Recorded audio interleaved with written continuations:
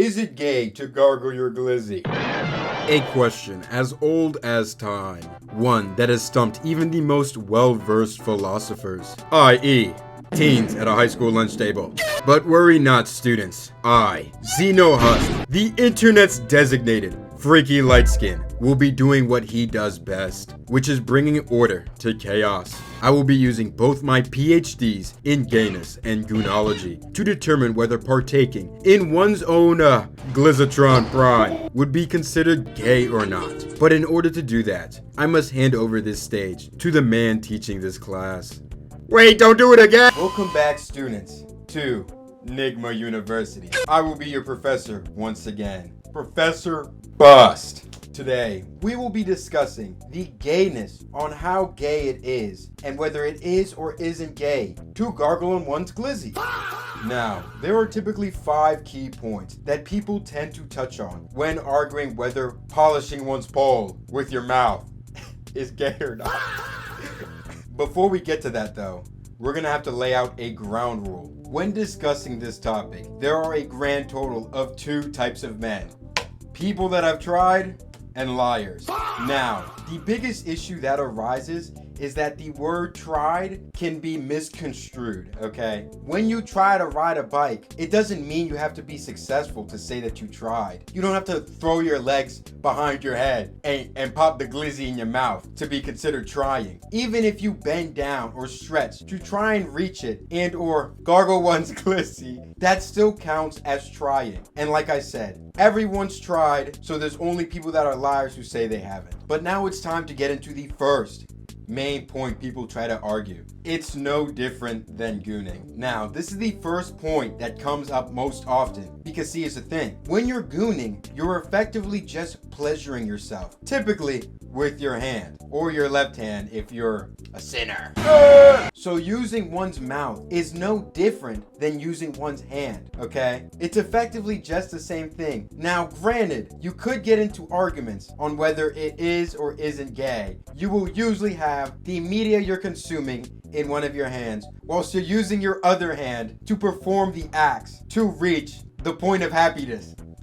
But when this argument is used, you kind of eliminate the media that's in your hand. Because unless you're laying on your back with your legs behind your head and you're watching it like this, it's kind of hard to consume the media. So like, are you enjoying the experience or are you enjoying the media you're consuming if you can at all? Now, the second most important opinion that is often brought up in these debates is something I like to call Schrodinger's schlong. Okay. On one hand, technically speaking, you are receiving top. And during this experience, are you enjoying the fact that you are receiving top? Or on the opposite side, are you enjoying the glizzy in your mouth? It's kind of entirely up to you where you fall upon these 2 sides, because like I said before, are you most enjoying the receiving the top, the glizzy, the glizzy being gobbled, or are you most enjoying the part of you gobbling said glizzy? Now, if you couldn't already tell, this is gay, because it kind of depends on where you fall in this scenario, okay?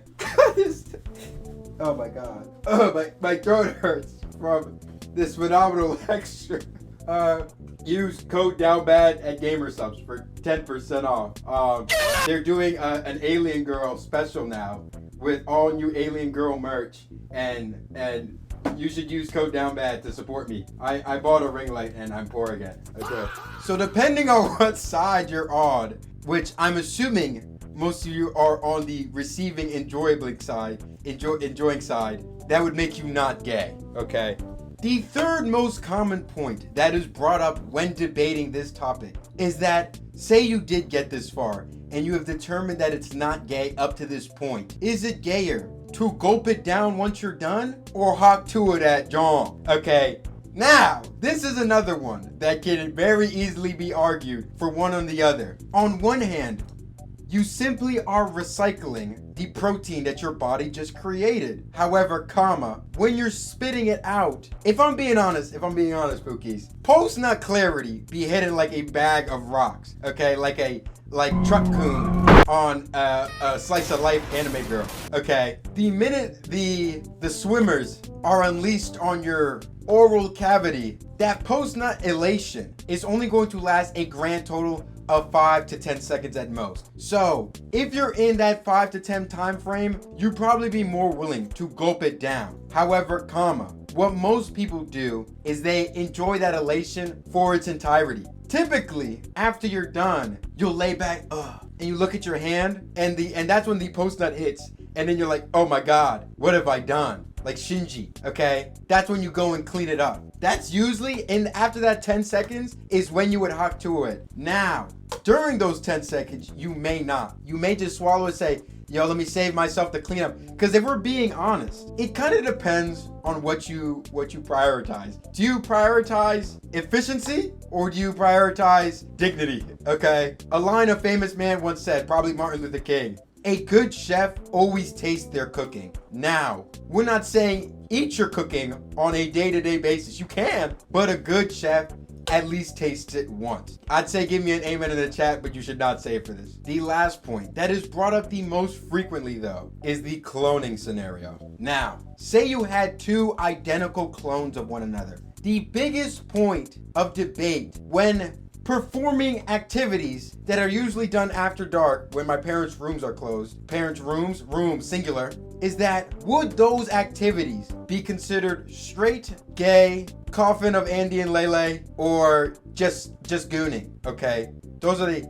You would think under most circumstances, and the argument that most people often come to, pun intended, is that this would just be considered another form of gooning because they are completely identical people, same brain, same body, same everything. And when you do it on yourself, it's essentially just gooning. But see, here's the thing. These two people are two completely separate entities, okay? If you touch one, the other won't feel it and vice versa. So, in this scenario, say if clone A were to crack clone B, they would be in a gay relationship because clone A is only feeling, okay, this is starting to get crazy.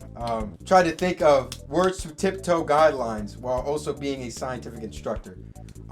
Clone A is feeling the caboose, while clone B is feeling it in said caboose, if that makes sense. Basically, they're not gonna feel the same things, and they're both dudes, so it's effectively gay, okay? We kind of stemmed off from the original question, but this also comes up often, so I thought I'd cover it in this lecture. There you go, those students. I hoped you learned a lot from today's freaky lecture. Since my teaching segment is over and I get paid below minimum wage for these videos, I will be handing the mic back to Computer Zeno. And there you have it, Pookies. A somewhat simple and logical way to understand this point of contention. Make sure to share this video with your friends to educate them. And if you enjoyed today's class, then consider giving me a like and subscribing. Also, if you enjoy seeing my light skin complexion, I now have a second channel. Gonna be using it for more like face cam content going forward. So if that's something you're interested in, consider checking it out. That's all for today though. Bye bye.